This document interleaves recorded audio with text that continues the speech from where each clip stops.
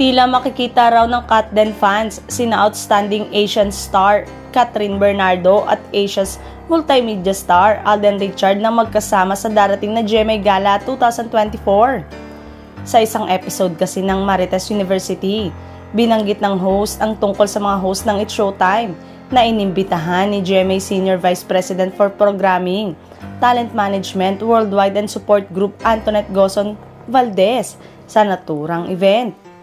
Kasi inannounce ni Miss Annette Gozon Valdez na imbitado ang lahat ng taga-It's Showtime. Tinanong kung may mga iba rin daw bang mga taga-ABS-CBN o kapamilya na may invite. Definitely, meron. Tapos na-connect na rin kay Alden, saad ni Ambet.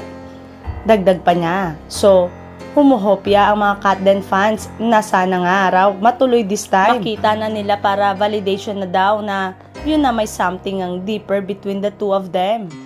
Matatandaan sa isang episode ng Showbiz Update ni Showbiz Insider OG Diaz ay ichinika niya tungkol sa umano'y madalas sa pagdalaw ni Alden sa bahay ni Catherine.